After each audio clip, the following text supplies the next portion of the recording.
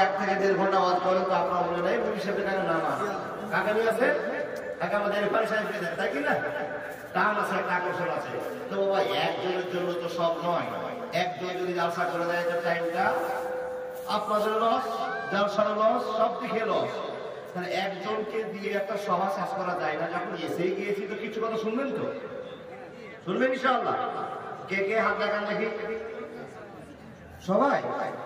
আলহামদুলিল্লাহ 1000 জমা দিতে দাদা জালসা শুনবেন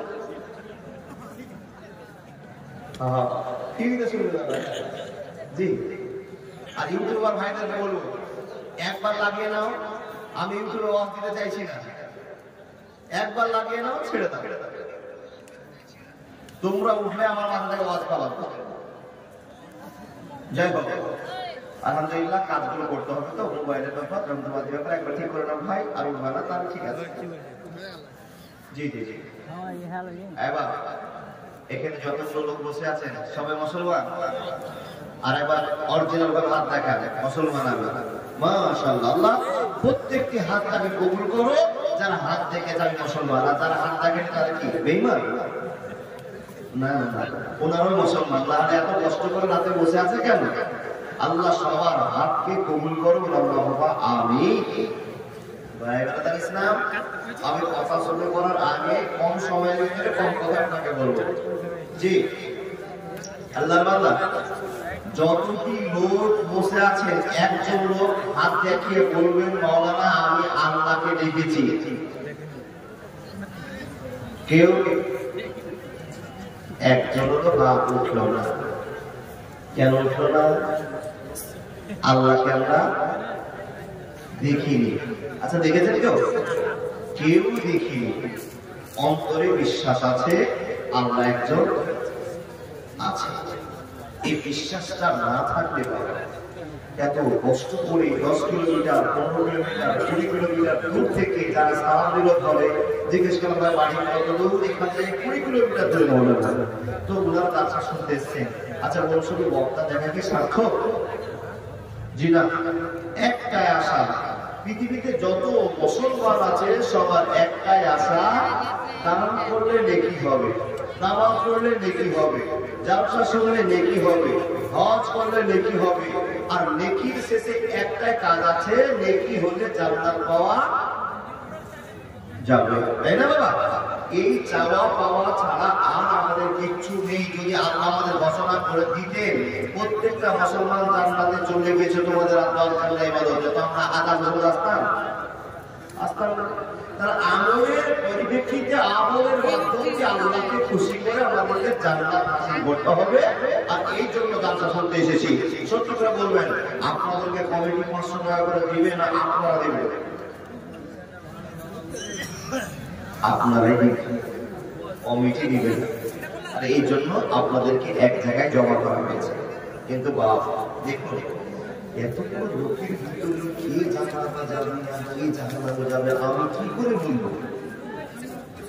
আপনার ডান দিকে একটা বড় বড় দাড়িওয়ালা লোক বসে আছে মাথায় সুন্দর টুপি আর জয়বার দেখছেন সুবহানাল্লাহ আলহামদুলিল্লাহ লা ইলাহা ইল্লাল্লাহ আল্লাহু আকবার তাসবিহ তাহলিল করছে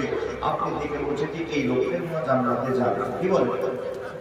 আচ্ছা বলুন জান্নাতে যাবে আপনি বলতে পারবেন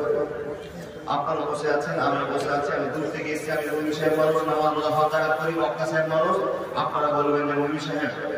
আপনাকে দেখে মনে হচ্ছে আপনি জান্নাতে যাবেন যত সুবহানাল্লাহ বক্তব্য রাখছেন আর ভালো কাজ করছেন তো বলো ভাই আপনি জান্নাতে যাবেন এবং এটা বলা যাবে কে জান্নাতে যাবে আর কে জাহান্নামে যাবে জানে কে এক আল্লাহ কিন্তু নবী মুহাম্মদ রাসূলুল্লাহ সাল্লাল্লাহু আলাইহি ওয়াসাল্লাম দুনিয়াতে 10 জনকে বলেছিল তুমি জান্নাতি তুমি জান্নাতি তুমি জান্নাতি তুমি জান্নাতি তুমি জান্নাতি 10 জনের নাম উল্লেখ করে দিয়েছিলেন ওইগুলোর নাম প্রাইভেটে আমরা জানি এবার নবীজি দুনিয়াতে তাদের ঠিকানা দিয়ে দিয়েছিলেন যে তোমরা জান্নাতে যাবা এটা কার ঘোষণা আল্লাহ আমাকে বলেছেন আমি তোমাদেরকে বলেছি কিন্তু নবী মুহাম্মদ রাসূলুল্লাহকে জিজ্ঞেস করা হলো ইয়া রাসূলুল্লাহ এতগুলো মানুষের জালসায় শুনছে নামাজ রোজা হজ যাকাত করছে এদের ভিতরে কে জান্নাতি একটু টার্গেট দিবেন না জি এটা তো জানার বিষয় যারা আমরা আজকে শুনবো পরিস্থিতি সাপেক্ষে আলোচনা শুনবো তাদেরকে কথা বলে যাবো জান্নাত যারা নিতে চাইছেন তাদের জন্য একটা ছোট্ট প্রশ্ন আছে। আচ্ছা বলুন, জান্নাত আপনার কাছাকাছি আসবে কখন? যখন আল্লাহ এবং আল্লাহ রাসূলকে বেশি ভালোবাসা দেখাতে পারবেন। নবীর কোন ভালোবাসা ভক্তি থাকলে জান্নাত যাওয়া যাবে, আল্লাহর ভয় অন্তর থাকলে জান্নাত যাওয়া যাবে। আল্লাহর ভয় কত আছে একটা পরীক্ষা হোক, আর নবী মুহাম্মদ রাসূলুল্লাহ বলুন সাল্লাল্লাহু আলাইহি ওয়াসাল্লামের ভিতরে কতটা ভালোবাসা ভক্তি আছে একটা পরীক্ষা হোক। এবার আমাদের শ্রেষ্ঠ নবীর নাম কি বলুন? জোরে বলুন। হযরত মুহাম্মদ সাল্লাল্লাহু আলাইহি ওয়াসাল্লাম। হযরত মুহাম্মদের বাবার নাম আব্দুল্লাহ। আব্দুল্লাহর বাবার নাম আব্দুল মুত্তালিব। আব্দুল মুত্তালিবের বাবার নাম পঞ্জিশেষ। বন্ধু আমার কথা বলতে এত বড় লোকের মুখ থেকে মাত্র নবীজির ভালোবাসা শুনতে চাই না। আর আপনারা বললেন হযরত মুহাম্মদ হলো আমাদের নবী, তার বাবার নাম আব্দুল্লাহ, তার বাবার নাম আব্দুল মুত্তালিব। আর জিজ্ঞেস করলাম তো পুঁজি শেষ, তাই কিনা বাবা?